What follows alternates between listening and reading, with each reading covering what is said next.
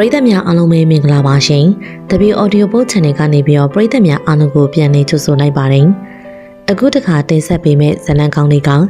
စာရေးသူမမိုက်ပြည်ရေးသားထားတဲ့ဘဝဝမ်းစာဆိုတဲ့ဇာတ်လမ်းကောင်းလေးကိုတင်ဆက်ပေးသွားမှာပါ။ဇာတ်လမ်းလေးကိုမတင်ဆက်ခင်မှာကျမတို့ရဲ့ channel လေးကို like and subscribe လေးလုပ်ပေးနေဘေးနားက notification ခေါင်းလောင်းလေးကိုလည်းနှိပ်ပေးခဲ့ဖို့တောင်းဆိုချင်ပါတယ်ရှင်။နီတိုတိုဖေဖေဆုံးပါသွားကြရ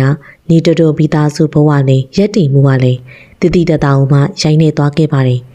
နီတိုတိုမေမေရလည်းပန်းနာရင်ကျက်ယောဂတဲ့ပင်ပင်ပန်းပန်းနဲ့မိသည့်အလုပ်ကိုမှလည်းလုံနိုင်စွမ်းသူမဟုတ်ပါစိုက်ကအငှားနေနဲ့ခင်မိုးတဲ့ရဲ့ဝင်ငွေနဲ့ပဲမိသားစု9ယောက်တက်ကိုလောင်းကအောင်လို့လဲစီမံချက်ပြုတ်ရင်းနဲ့မိဖို့ကြောင့်မှအချိန်ကုန်ခဲ့ပါတယ်စိုက်ကားပြင်ထားတဲ့နေ့တနေ့မှာတော့မိသားစုဝမ်းရည်အတွက်ကိုနီတိုတိုဖေဖေမှလည်းရက်ွက်အတွင်းရအိမ်တအိမ်မှာတနည်းအငှားမိုးရင်ဆွေးနေတဲ့ဝါကြိုးကနဲ့ကန်ဆိုးလှစွာနဲ့ပဲဘဝစသိမ်းခဲ့ရပါတယ်ဖခင်ကြီးကလည်းဆုံးပါသွားခဲ့တယ်မိခင်ကြီးမှလည်းအိယာထဲမှာလဲနေပြီးမို့လို့မိသားစုရဲ့ဝမ်းရေးမှာတော့နီတိုရဲ့အမငွေခင်ရတောင်းဝင်ပိန်ငွေခင်မှာလည်းအခြေခံပညာအလဲတန်းအောင်ပြီးရဲ့နောက်ရက်ွက်အတွင်းရနေအမွေးတိုင်လုပ်ငန်းတစ်ခုမှာလကစားလုပ်ကင်ပါတယ်အဲ့ရထက်မှလည်းနာတာရှိအမေအတွက်စေဘိုးဝါကတက်စာဘိုးတို့လည်းမငွေခင်ရပင်ရှာဖွေခဲ့ရပါတယ်။မောင်ဖြစ်တဲ့သူနီတုနဲ့ညမငယ်ရွှေစင်တို့အတွက်ကိုလည်းကြောင်စိတ်မိသားစုစားရေးတောက်ရေးစိတ်တို့အတွက်ကိုလည်းငွေခင်ရမနာမနီနဲ့လုံပန်းနေရတယ်။ဖခင်ကြီးရှိစဉ်ရအပူပင်ကိမဲ့နေခဲ့တဲ့ကျောင်းသူတအူဖြစ်ခဲ့ပြီးတော့အခုတော့လေမိသားစုရဲ့စာဝတ်နေရေးတာဝန်တို့ကပကုံးပြောင်းယူလျက်နဲ့မနိုင်ဝင်ကိုထမ်းနေခဲ့ရတဲ့အိမ်တော်စုရဲ့ဦးဆောင်သူဖြစ်လာခဲ့ပါတယ်။မိမသားတအူဝင်ငွေရမိသားစုကိုလည်းမငတ်ယုံအမေရဲ့စေဖို့မပြတ်ယုံသာတက်နိုင်ခဲ့စွမ်းရှိပါတယ်။တခါတရံတော့လေအပူပင်ကိမဲ့ကနဲ့လွတ်လပ်ပျော်ရွှင်တဲ့ကျောင်းသူဘဝကိုတန်းထားမိတယ်။လက်တွေပွားမှာတော့မိသားစုတာဝန်ကိုထမ်းရွက်နေရတယ်။ငွေရှာတော့လေသူရှော့ဟဲဖို့ဟဲချက်ပြုတ်တော်လေသူ့ပင်ချိုတယ်လာတဲ့မိသားစုစားဝင်နေအတွက်ကိုငွေခင်သူတပားထက်ကိုမှအလုပ်ပို့လုပ်ရတယ်ညနေအလုပ်ချိန်ပိတ်၍တခြားအလုပ်သမားတွေလည်းအိမ်ကိုပြန်သွားခဲ့သည့်တိုင်ငွေခင်မှာတော့အလုပ်ကနေမပြန်သေးပဲနဲ့အချိန်ပိုအလုပ်လုပ်တယ်လုပ်လျင်လည်းလုပ်တလောက်ပတ်စံရလိမ့်တယ်သို့တော့အလုပ်ယုံထဲမှာတော့သူမတအူရဲ့အလုပ်လုပ်ရတာလည်းအန္တရာယ်များလာပါတယ်အလုပ်ရှင်ရဲ့သားနန်းနာကလည်းညစဉ်လိုထိကဘာရှိကဘာလှုပ်တတ်တယ်ငွေခင်ရဲ့နေပင်မန်းပါတယ်ငါမကြည့်ရဘူးအလုပ်သိမ်းလိုတဲ့ငွေငါပေးပါမယ်။အိုးမလိုပါဘူး။ကြာနေအတင့်ရဲလေးဖြစ်လာခဲ့တယ်။နန္ဒာရံကိုလည်း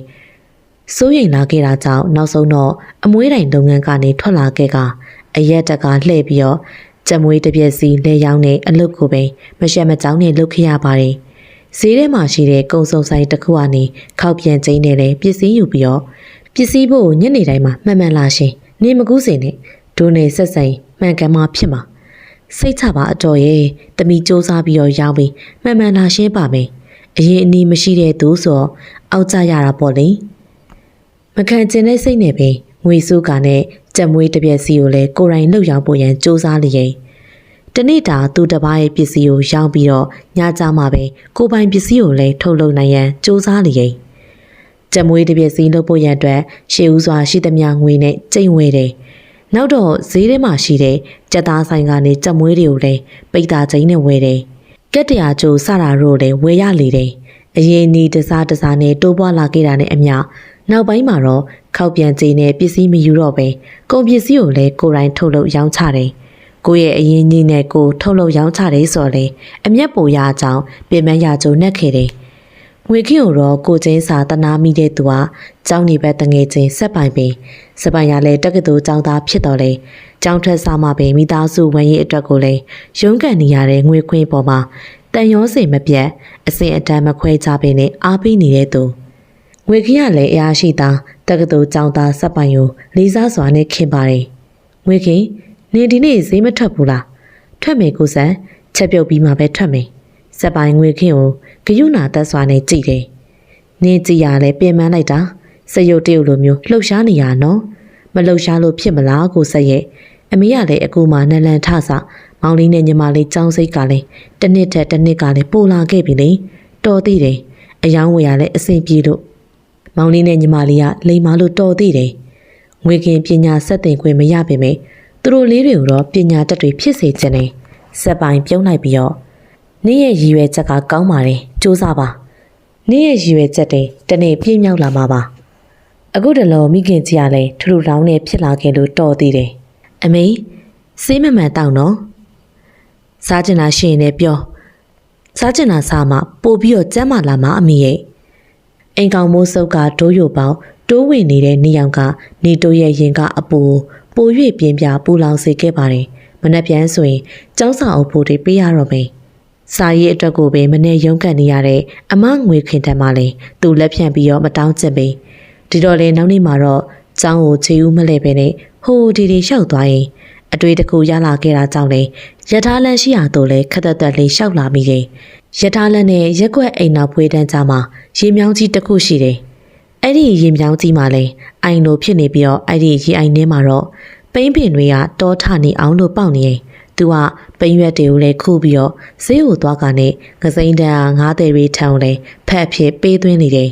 ။ငွေစလေးတွေအတော်လေးကိုမှရလာခဲ့တော့ပျော်သွားခဲ့တယ်။ညစ်ပတ်နေတဲ့ခန္ဓာကိုယ်နဲ့လုံကြီးကိုလည်းလမ်းပြရေပုံပိုင်မှာပဲစေးကြောပြီးတော့တုတ်တင်လိုက်တယ်။အရေးထဲမှာဘိုက်ကလည်းဆာလာခဲ့သေးတယ်။ဒါပေမဲ့သူမစားရက်ပါရှာဖွေရရှိလာခဲ့တဲ့ငွေစတွေပွန်းပေသွားမှလည်းနှမျောမိတယ်။ညီမလေးပိုက်စာနေမောင်လဲစွရင်ကားနဲ့ဘိမ့်မုတ်တစ်ချမ်းကိုလည်းဝယ်လိုက်နေတယ်။ညီမလေးကြိုက်တတ်တဲ့တကြားချောင်းတစ်ချောင်းပါဝယ်လိုက်တယ်။နီတို့ရဲ့အိမ်အပြန်ခြေလန်းတို့ကလည်းပေါ့ပါနေရင်မိသားစုတောင်ဝင်ကိုတစ်ဖက်တစ်လမ်းကနေဆောင်ရွက်နိုင်ရွေးလည်းပျော်နေတယ်။ဒီလိုနဲ့ပဲမပြေဆုံးတဲ့ဘဝအမောတွေကြောင့်တချို့သောရက်တွေမှာတော့ကြောင်မတက်တော့ဘဲနဲ့ကန္နာဘက်ကိုသွားတယ်။သူနဲ့ရွယ်သူကောင်လေးတွေကလည်းကုံထမ်းသမားတွေကိုကူညီတယ်ဖို့လုပ်ပေးနေတယ်။ကုံထဲသမားတွေရဲ့အလစ်မှာတော့ငါးချင်းတွေကငါးတွေကိုလည်းနှိုက်ယူလေးရှိကြောင်းလေတတိပြုမိလိုက်တယ်။အဲ့လိုမျိုးခိုးဝက်တဲ့အလုပ်ကိုတော့နေတော့မလုပ်လို့ပါ။ကြေးလက်ကတစ်သီးလေတွေစိုက်ကက်လာပြီးဆိုရင်လည်းနီတိုတိုကလေးတွေအတွက်ပွဲတော်ကြီးတစ်ခုလိုပဲချင်းတွေကြားတွေကကြွေကြပြုတ်ကြတာကိုအလူအရက်ကောက်ကြလေ။စံတင်သင်းမောစိုက်ကက်ပြီးဆိုရင်လည်းစံတရင်နဲ့ဘောတရားပေါ်မှာပြန့်ကျဲကျန်နေခဲ့တဲ့စံတွေကိုလည်းကျုံးယူလေတယ်။အိမ်ရောက်တဲ့ဆိုရင်ပဲခဲတွေအမိုက်တွေဆင်အောင်လို့ညီမလေးနဲ့တူတူစကောထဲမှာထည့်ပြီးတော့ပြတယ်ပြီးတော့ဘဲစာကြက်စာအဖြစ်နဲ့မွေးမြူရေးသမားတွေထောင်လဲတွားရောက်နေတခါတရံကြရင်လေမြို့ရဲဘက်ကိုတွားကနေရေခဲရည်တွေတွေကိုလည်းကူညီပြီးတော့လုတ်ကင်ပေးတယ်တရားကျင်းနဲ့ငွေစလေးတွေရလာခဲ့တတ်တယ်ဘာပဲဖြစ်ဖြစ်နီတို့ငွေရှာတက်ခဲ့ပါပြီစားတောက်ဆိုင်တစ်ခုမှာတော့စပွဲတို့ခိတာဝင်လုပ်ကြည့်တယ်တိုးတော်လဲစိတ်ဆက်တဲ့နီတွတ်နဲ့အဲ့ဒီအလုပ်ကလည်းအမဝင်ခဲ့ပါဘူးမူးလာပြီဆိုရင်ရန်ကားချင်တဲ့စားသုံးသူတို့နဲ့လည်းစိတ်ဆက်တဲ့နီတွတ်ပြဿနာတက်နေတယ်မကြခဏပဲဖြစ်တယ်ဒီကောင်လေးလူပါတော်မှဝပါလားတွေ့မယ်ဒါကြောင့်မလို့လဲအနေရများတဲ့အဲ့ဒီအလုပ်ကိုတော့နီတွတ်မလုပ်တော့ဘူးမြို့မှာလည်းကန်နာစေးတဝိုက်ကြက်စားရင်ကပင်ခွေးပူးဆိုတဲ့ရွယ်တူကောင်လေးတယောက်နဲ့နီတွတ်ရင်းနှီးခင်မင်လာခဲ့တယ်ခွေးပူးဟာနီတွတ်ထက်ကိုမှဘဝဆောင်ကားနဲ့အတွေ့အကြုံများတယ်။ခွေးပူးဟာနီတွတ်ကိုလည်းငွေရကြောင်းလမ်းညွန်ပြပေးနေတယ်။တခါတရံကြရင်ခွေးပူးနဲ့အတူတူရေမြောင်းနေမှလဲတမန်ထုတ်ကာနဲ့ငါးပတ်တယ်။ကိုဘစိန်တို့ကငါတို့ထက်ကိုဥသွားလို့ကွာနှုတ်မို့ဆိုရင်အများကြီးရမှာ။သူတို့လိုကြံဖန်ငွေရှာတဲ့သူဘဝတူတွေလည်းရှိကြပေတယ်။ငရံငခုငပြေမငါးမျိုးစုံလဲရှုံးနုံတွေမှာနှိုက်ပြီးတော့ပင်မတကြီးနဲ့သူတို့ရှာဖွေကြတယ်။ဟုတ်မသက်တာဘူးကွာပင်မလိုက်တာအလကားရလာခဲ့တာပဲကွာဒီလောက်တော့ပင်မခံမှာပေါ့ကွာဟုတ်တယ်ငွေရဖို့ကအရေးကြီးတယ်။ကဲတော်ပြီနေတော့ညနေဈေးမီငါးတွေတွားသွင်းရအောင်ငါးတော်များများရအောင်ကြောင်းလေတငယ်ချင်းနှစ်ယောက်ပျော်နေကြတယ်ခွေးပူသွင်းနေကြဆိုင်အောင်လေငါးတွေကိုတွားသွင်းကြတယ်အိမ်ဘိုးအတွက်ဟင်းစားအနေငယ်နီတို့ယူသွားခဲ့ခြင်းပေမဲ့အဲ့ဒီငါးတွေမိတို့ရခဲ့တယ်လဲဆိုတာကိုအမေနဲ့အမမင်းရင်တော့ဖြေရခတ်မှာဒါကြောင့်မလို့လဲမယူခဲ့ပေမိုးနှောင်းကာလဝဲငါးပတ်ရတာလဲနီတို့တို့အတွက်တော့တွက်ချေကိုင်းလာပါတယ်ငွေကိုရိုးသားစွာနဲ့ရှာဖွေရရှိတာကြောင့်လဲចောင်းစာအုပ်ဖို့မုတ်ဖို့နဲ့တခြားចောင်းစိတ်တွေအတွက်ကိုလဲကာမိခဲ့တယ်အမငွေခင်ကိုလဲဒုက္ခပေးစရာတိတ်မလို့တော့ပေစာမေးပွဲရက်တဲ့အတွင်းမှာတော့မတွေ့ရတဲ့ခွေးဘူးကိုလည်းခွေးဘူးအိမ်ရဲ့အနီးကမြို့စုံတင်ချိုင်မှာတွားတွေ့တယ်။နိတို့မင်းစာမေးပွဲဖြစ်ပြီပေါ့။မိဘမေခွေးဘူးကလည်း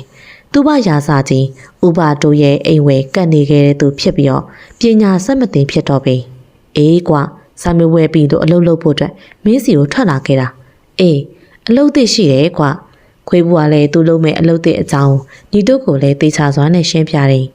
ငွေရမယ့်အလုပ်ဆိုရင်ညီတို့စိတ်ဝင်စားတယ်အမငွေခင်ကိုလည်းကြောင်အားရဲ့အလုပ်လုပ်မယ်လို့ပြောထားနေရင်ဒီနေ့ပဲစပြီးတော့အကောင့်တွေဖော်ရအောင်ခွေးဘူးကလည်းလက်မြင်တက်သူငွေရအကြောင်းတွေကိုလည်းကြံဖန်ပြီးတော့ဖန်တီးတက်တဲ့သူပင်အဟောင်းကိုဖြုတ်ပြီးတော့အသက်ဖြစ်အောင်လို့တေချာပြန်စီရမှာကွာမင်းရတော့စံမယ်ဘာလဲငွေရအောင်လို့ရှာတဲ့နေရာမှာစံပဲလို့ပြောရလားဟာဟာဟာပစ္စည်းအသစ်ပြန်သွင်းဖို့လဲငါတောင်းဝင်ထားနေ့လည်ခင်းလောက်မှာတော့အာသူပါရင်တန်းတစ်ခုတင်ញိုင်းနဲ့ဝင်လာတယ်ဒါတော့ဒီနေ့အဖို့စေဦးပေါ့ပဲဟဲ့အာသူပါလူချမ်းသာအတိုင်းဝိုင်းကနေဖြစ်ဟန်တူပါတယ်ခွေပူနဲ့နီတုတ်ကလည်းတခန်းတနာနဲ့လှပစွာနဲ့တိဆောက်မွမ်းမံထားတဲ့ခေါင်းတလောက်စိတ်ဝင်စားပြီးပန်းခွေကတော့ရှယ်ပဲဟိသူတို့စိတ်ဝင်စားတာလွမ်းသူပန်းခွေနဲ့လွမ်းသူပန်းချင်းနေပြီအလောင်းကိုတကြိုပြီးတော့လိုက်ပါပို့ဆောင်တဲ့သူတွေကလည်းပန်းခွေတွေပန်းချင်းတွေကိုစရဲပေါ်မှာထားရက်ကနေပြန်သွားခဲ့ကြတယ်အဲ့ဒီခါကျမှပဲနီတုတ်တို့ကပန်းခွေနဲ့ပန်းချင်းတို့ကပန်းတို့လည်းဖြုတ်ယူကြတယ်နီတုတ်ဘာတွေလျှောက်လုပ်နေမှန်းငွေခင်မသိပါဟဲ့မောင်လေးနင်ဘယ်လျှောက်သွားနေရလဲပေါက်ကရအလုပ်တွေလျှောက်မလုပ်နဲ့နော်ဖြာဟာမမလည်းအဝေးပြေးကားကိတ်မှာတငယ်ချင်းတက်ကိုဈေးကူရောင်းပေးနေရပါဗျအမားဖြစ်တဲ့သူအမှန်တိုင်းမပြောဝင်ပြီသူကမဖိုးပဲဖို့ပေးတယ်အိမ်မှာတော့ငါအလုပ်ကိုကူလုပ်မယ်မရှိဘူးမမအလုပ်ကတိတ်မစွန်ပါဘူးဗျာကုန်ချမ်းဝယ်ဖို့တော့မှပြတ်နေတာငွေရပေါက်တစ်ခုရင်းနဲ့ရက်တီလို့မဖြစ်ဘူးအမေဘယ်စည်းပွားရေးပညာရှင်ကပြောသွားလဲဆွေဆောင်ဥပွားလေးမမရဲ့ဟဲဟဲဆွေဆောင်ဥပွားကိုတော့ညီတိုတိုမျိုးမှာမသိရသူမရှိအရက်သမားပြင်မဲ့ဇာရိတာကောင်းနေဆွေမဲ့မျိုးမဲ့လူပြိုချင်းတကူရဲသမားဖြစ်တယ်ကလေးတွေကိုလည်းချစ်တက်ပြီးတော့ရိုးသားတယ်လုပ်ငန်းမျိုးစုံလုပ်တာကြောင့်နေဆွေဆောင်ပွဲကိုရရှိထားတဲ့သူပါကျောင်းပိတ်တုံးကျွန်တော်ငွေရှာခြင်းနေအမေရဲ့ကျမကြီးလည်းရှိသေးတယ်ငွေရှာပြီးတော့မမလုပ်ငန်းမှာလည်းတွင်ကျအောင်လို့အားဖြည့်ပေးမယ်မဟုတ်တာတွေတော့မလုပ်နဲ့နော်စိတ်ချပါမမရဲ့မမစိတ်အေးအောင်လို့ဂတိပေးရတယ်စူစားမိထားတဲ့ငွေလေးနည်းနည်းနဲ့လေဘာလို့ရမှန်းမသိဆွဲစုံဥပွားထံကိုအကြံဉာဏ်တောင်းဖို့ရအတွက်ဥပွားရှိရတော့လဲလာခဲ့လိုက်တယ်အခုတလောခွေးဘူးနဲ့မဆုံဖြစ်ခွေးဘူးမိကိုနေရတဲ့သူ့ဘရာစာချင်းဥပတို့လည်းဆုံးမသွားခဲ့တာကြောင့်ခွေးဘူးပင်ဘယ်ကိုလွင့်သွားလဲမသိဥပကိုလည်းတောင်ပိုင်းစိအနီးမှာတွေ့ရလေရဲ့ဦးလေးဘွားကျွန်တော်ဦးလေးဘွားစီကိုလာခဲ့တာဟုတ်လားဘာကိစ္စလဲကောင်းလေနေတို့ကလည်းသူ့ရဲ့အခက်အခဲကိုပြောပြလိုက်တယ်အဲ့ဒါဘာလို့ရမှန်းမသိလို့ဦးလေးဘွားရင်မင်းနဲ့လိုက်မဲ့အလုပ်တစ်ခုတော့ရှိတယ်ဟာဘာအလုပ်လဲဗျမင်းကိုအလုပ်ပေးမယ်ဥတာတီနဲ့တွေ့မှာပဲရှင်းပြမယ်ဘာပဲဖြစ်ဖြစ်ငွေရမယ့်အလုပ်မို့လို့လေဥပွားနောက်ကိုလိုက်လာခဲ့လိုက်တယ်မျိုးစုံမှာတော့တဲထိုးနေတဲ့ခါကုံအဖိုးကြီးတဦးထံကိုရောက်လာတယ်ဥတာတရင်ခမရခိုင်ဖို့အတွက်ကောင်းလေးတယောက်ခေါ်လာပြီကျွန်တော်နာမည်ကနီတွတ်ပါအေးမင်းတို့တွက်လက်တဲ့ကလေးမျိုးငါလို့ချင်တယ်မင်းရက်ွက်တကလှည့်ပြီးတော့ညောင်ပင်တို့ကိုကိုပင်တို့အောက်ကနှက်စင်လေးစီကိုတွားရမယ်အဲ့ဒီနေရာတွေမှာစွန့်ပစ်ထားတဲ့ကျိုးပဲ့နေရဲ့နှက်ရုပ်တို့ညင်းရုပ်တို့ရှိတယ်မဟုတ်လားဟုတ်ကဲ့ပါကျွန်တော်သတိထားမိပါတယ်ဘာလဲအဘကအဲ့ဒီအယုတ်အကျိုးပဲ့တွေကိုအသစ်ပြန်လို့မလို့လားမင်းကအဲ့ဒီအယုတ်မျိုးစုံဆာလာအိတ်တွေကိုထည့်ပြီးတော့အဘစီကိုယူလာခဲ့ဟာတဲလက်မြင်နဲ့ကောင်းလေးပဲကွာကြိုက်ပြီဟာဥဒတရားလဲပကြည်ပပုပညာငင်းစင်ကလေးကလှုပ်ခဲ့ဘူးတာကြောင့်လဲကျိုးပဲ့နေရဲ့အယုတ်မျိုးစုံဖာတီပြုတ်ပြဲခြင်းအစိပ်ပိုင်းတစ်တွေပြုတ်လုတက်ဆင်နေတယ်ဆေးရောင်စုံပြန်တုပ်ချင်းတွေကိုလဲကျွမ်းကျင်လှကြောင်းအယုတ်ဟောင်းမှလည်းအသစ်ဖြစ်သွားခဲ့လေတယ်အဟောင်းကနေအသစ်ဖြစ်လာခဲ့တဲ့လုပ်ငန်းကိုလဲပန်းခွေလုပ်ငန်းကလေးကနီတို့ရင်းနှီးပြီးသားပါကုန်ကျန်းကိုလည်းငွေမရင်းရပဲနဲ့ရှိတဲ့လုပ်ငန်းပဲဖြစ်တယ်။ဘာပဲဖြစ်ဖြစ်ဥဒါတေးခိုင်းတဲ့အလုပ်ကလည်းငွေမျိုးမြက်ကလေးရတာကြောင့်နီတို့လုပ်ခဲ့တယ်။နီတို့ဖို့တော့ရက်ွက်တကာလှဲ့ကနဲ့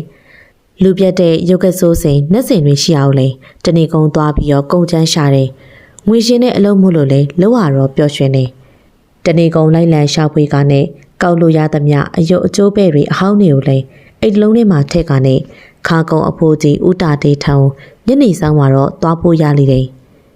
ဥတာတေးကတော့သူ့ကိုငွေရှင်းပေးနေတယ်တနေ့ကြမွေးတစ်ပြက်စီးတွေရောင်းချပြီးတော့ပြန်အလာမှာငွေခေတ်မှာလဲသူမအောင်ထိကဘာရှိကဘာနဲ့ပြုတ်လုဖူးတဲ့အမွေးတိုင်လုပ်ငန်းပိုင်ရှင်ရဲ့သားဖြစ်သူ နန္ဒာတို့မူလာခဲ့တာနဲ့ပပင်းတိုးလေတယ်မူမူနဲ့နန္ဒာလည်းငွေခင်းရဲ့လက်ကိုအတင်းဆွဲပြီးတော့အာတမချစ်ရေးဆိုနေစမှာပဲကျောင်းကပြန်လာခဲ့တဲ့စက်ပိုင်နဲ့စုံနေတယ်စက်ပိုင်ဝင်ရောက်ပြီးတော့ဟန်ထားရကနေအချင်းများပြီးနန္ဒာတို့ငမှုအုပ်စုလဲထိုးကြကြိတ်ကြလျော်တယ်ငွေခင်းကြောင့်မလို့ဖြစ်ရတာစိတ်မကောင်းလိုက်တာကိုဆက်ရဲ့စိတ်မကောင်းဖြစ်ပါနဲ့ဟာနင်းတို့စင်ရဲ့လို့ဆိုပြီးတော့ငွေအားဒနာအင်အားအုပ်စုအားကိုနဲ့အနိုင်ကျင့်တာငါမခံနိုင်ဘူးကွာကိုဆက်ကြောင့်မလို့ငွေခင်အခုလိုမျိုးအရက်တကွဲအကျိုးနဲ့မဖြစ်ရတာပါအများနဲ့တယောက်မို့လို့စက်ပိုင်အထီးနာသွားခဲ့တော့လေအပြုံးမပြတ်ပါလူတယောက်ကိုတော့ကိုညီခွင်းရတာကြောင့်လေပီတိဖြစ်နေငွေခင်ရဲ့နေုံငါတီးထထောင်ပို့ပြီးတော့ကိုညီဆောက်ရှောက်ကြပါတယ်ငါလည်းကြောင်းမပြီးသေးတယ်လို့မိဘအရေးကိုလည်းခုနေရတဲ့သူမှုလို့ပါဘာပဲဖြစ်ဖြစ်အဲ့ညနေစပြီးတော့စက်ပိုင်နဲ့ငွေခင်ပုံမရင်းနှီးသွားခဲ့ကြတယ်စက်ပိုင်ရလည်းငွေခင်ကိုစိတ်မချဘူးလို့ဆိုကနေခဏခဏအိမ်သို့လာလဲလေတယ်ငွေခင်ကလည်းမျောတက်လာခဲ့ပြီအိမ်နီးချင်းတွေကပင်နောက်ပြောင်စာပြုတ်လာခဲ့ပြီဟဲ့ငွေခင်နင့်တို့ဒီနေ့လာမနေဘူးလားအမေဘာနင့်တို့လဲကိုဆက်ကငါနဲ့ကြောင်းနေပဲတငယ်ချင်းမှာဟဲ့အခုတော့တငယ်ချင်းမောဟာနောက်တော့လဲကောင်းပါနော်ထွေမာတို့နဲ့နောက်ပြောင်လာခဲ့တာကြောင့်စက်ပိုင်နဲ့စုံနဲ့ငွေခင်လိပ်ပြောင်မလုံးဖြစ်နေစက်ပိုင်ရလဲစက်ပိုင်ပင်အခုတလောညနေတိုင်းလိုလိုမှာအိမ်ကိုရောက်လာတတ်တယ်ကိုဆက်စားလိုက်ကြအောင်နော်စက်ပိုင်ရပြုံးလိုက်ပြီးတော့ဗာလဲငွေခင်ရဲ့ငါခဏခဏလာတာမကြိုက်လို့လားအလိုအဲ့လိုမဟုတ်ပါဘူးကိုဆက်ရဲ့ကိုဆက်စားချက်ပြတ်မှာစိုးလို့ပါပညာရေးအရေးကြီးတယ်လေလူကြီးသူမနဲ့ငွေခင်ရလဲစုံမစကားပြောနေရင်ငွေခင်ကြောင့်အနောက်ရှက်မဖြစ်စေချင်ပါဘူးကိုဆက်ကိုပညာတက်ကြီးဖြစ်စေချင်တယ်ကိုဆက်ဖေဖေလိုမျိုးအရာရှိကြီးဖြစ်စေချင်တယ်အော်ငွေခင်ရဲ့နေ့စေတနာကိုငါလေးစားပါတယ်ဟာငွေခင်အမှန်တကယ်မှပြောခြင်းပဲဖြစ်တယ်ငွေခင်အတွက်ကတော့အညွန့်တလူလူဖြစ်နေတဲ့စက်ပိုင်ကိုလည်းမထိခိုက်စေချင်ပါငွေခင်တို့ကပညာပါရမီမပါခဲ့တော့လေပညာပါရမီရှိတဲ့ကိုဆက်ကိုပဲအောက်ကိုရမှာပေါ့ငါစူးစမ်းမှာပါဘွဲရပြီလို့အလုပ်ကောင်းကောင်းရအောင်လို့စူးစမ်းပါမယ်စက်ပိုင်စိတ်အားထက်သန်စွာနဲ့ပြောလိုက်တယ်ကိုချောက်ဘော်ကိုပိုင်ပိုင်နိုင်နိုင်နဲ့ရက်တီနိုင်မှာပဲငါဖြစ်စေခြင်းနဲ့ဆန္ဒတွေကဖြစ်အောင်လို့ဖန်တီးနိုင်မှာငွေခင်ရဲ့ကိုဆက်လို့အစာစာပြည့်စုံတဲ့သူကလည်းတနေ့ကျရင်ကိုဖြစ်ချင်တာဖြစ်အောင်လို့လည်းဖန်တီးနိုင်မှာပါစက်ပိုင်ရလည်းသူတို့အိမ်မှာဝတ်သားမတင်ရအကြောင်းနဲ့ဝတ်သားရင်စားလို့တယ်လို့ဆိုကနေဈေးရဝတ်သားဝယ်လာခဲ့ပြီးတော့ချက်ခိုင်းတာကြောင့်ငွေခင်းကလည်းချက်ပြုတ်ပေးနေငွေခင်းတို့လည်းစားကြနော်ကိုဆက်ရဲ့နောက်ကိုဝယ်မလာခဲ့ပါနဲ့ကိုဆက်စားခြင်းနဲ့ဆိုရင်ငွေခင်းချက်ကျွေးပါမယ်အခုတော့မှဒုက္ခပေးမိတာများနေပါပြီငွေခင်းရဲ့မလုပ်ပါနဲ့ငါထပ်ဝယ်ခဲ့ပါမယ်တခါဝယ်လာရင်ပိတ်တာလိုက်ဝယ်ပြီးတော့စက်ပိုင်ရလဲနည်းနည်းသာစားလျက်သူစီနာငွေခင်းတို့မိသားစုစားစီခြင်းပဲထင်ရှားတယ်နောက်ပိုင်းမှာတော့ဟင်းနေရမျိုးစုံသားမကမုံတွေအမေအတွက်ဆေးတွေငွေခင်းနဲ့ကလေးတွေအတွက်လည်းအဝတ်အထည်တွေဝယ်လာခဲ့ပြီးတယ်ညင်းတို့ကလည်းမရစပိုင်ရဲ့တန်ရောစင်စိန်နာကိုလည်းသိရတော့ငွေခင်းကြည်နူးနေမိတယ်နေတို့ကသူမကိုလည်းရှာဖွေရရှိသမျှအကုန်လုံးပေးတယ်ဒါအပြင်စုဘူးနဲ့လည်းစနေတကြားနဲ့စုဆောင်ပေးတယ်တားရဲ့ចောင်းစိအတွက်ကိုစုနေရလားတာကောင်းနေကောင်းနေအမေကလည်းသူ့အတွက်စုတယ်လို့ထင်ကြကြောင်းနေတို့လည်းပြုံးလိုက်ပါတယ်တားအတွက်မဟုတ်ပါဘူးတားចောင်းဆက်တက်ချင်မှပဲတက်မှာပါညီမလေးကိုလည်းမြေတောင်မြောက်ပေးဖို့အတွက်စုနေရပါလိမ္မာလာတဲ့နေတို့အတွက်ကလည်းအမေနဲ့အမမျက်ရည်ဝိုင်းခဲ့ရပါတယ်တားရဲ့တားလည်းចောင်းဆက်တက်ပြီးတော့ပညာရှာပါအောင်ဟုတ်ကဲ့ပါအမေလိုရမေရပြောတာပါစီးပွားရေးအဆင်ပြေတော့လေတက်မှာပေါ့ဒါတက်မမရဲ့အလုပ်အဆင်ပြေဖို့အတွက်ခွင်တစ်ခုတွေ့ထားတယ်ဘာခွင်လဲရင်မောင်လေးမမနောက်ဆိုရင်ကျိန်တွေတိတ်ပြီးတော့ဝဲစရာမလိုတော့ဘူးကျိန်တွေအလကားရမယ်နေတွေ့ထားတယ်ဟုတ်ရဲ့လားဒီလောက်ဈေးကြီးတဲ့ကျိန်တွေကိုဘယ်သူမှမြင်အလကားပေးမှလဲညီတော်ကသူ့ရဲ့လုပ်ငန်းအကြောင်းပြောပြပြီးတော့နှက်စင်ရှိတဲ့တစ်ပင်တွေမှာနှက်ရက်တောင်အဟောင်းတွေကိုလာပြီးတော့စွန့်ထားတာအများကြီးပဲအဲ့ဒါတွေကိုကျွန်တော်ကောက်ခင်မယ်စွန့်ပစ်ထားတဲ့နှက်ရက်တောင်တွေကိုဖြုတ်ပြီးတော့လက်ကင်ကျိန်ရိုးတက်တွေကိုလည်းကြက်မွေးအယိုးပြုတ်လုပ်ဖို့အတွက်ဖြစ်ပါတယ်နီတို့ရဲ့အကြံလေးသူတို့သဘောကျကနဲ့မောင်နှမတွေလိုက်ကောက်ကြတယ်ကိုကိုညဘက်ဆိုတော့ကြောက်စရာကြီးနော်ရုပ်ကဆိုးက6လို့မှဖြင့်ဘယ်ရုပ်ကဆိုးဘယ်တရေမှမရှိပါဘူးညီမလေးရဲ့မောင်လေးတို့မြင်မြန်ကောက်ကြစကားများမနေကြနဲ့နောက်တစ်နေ့ရောက်တဲ့အခါမှာတော့ဟိုဘက်ရက်ကွက်ကနက်ကုန်းတွေဘက်ကိုသွားပြီးတော့ကောက်ရအောင်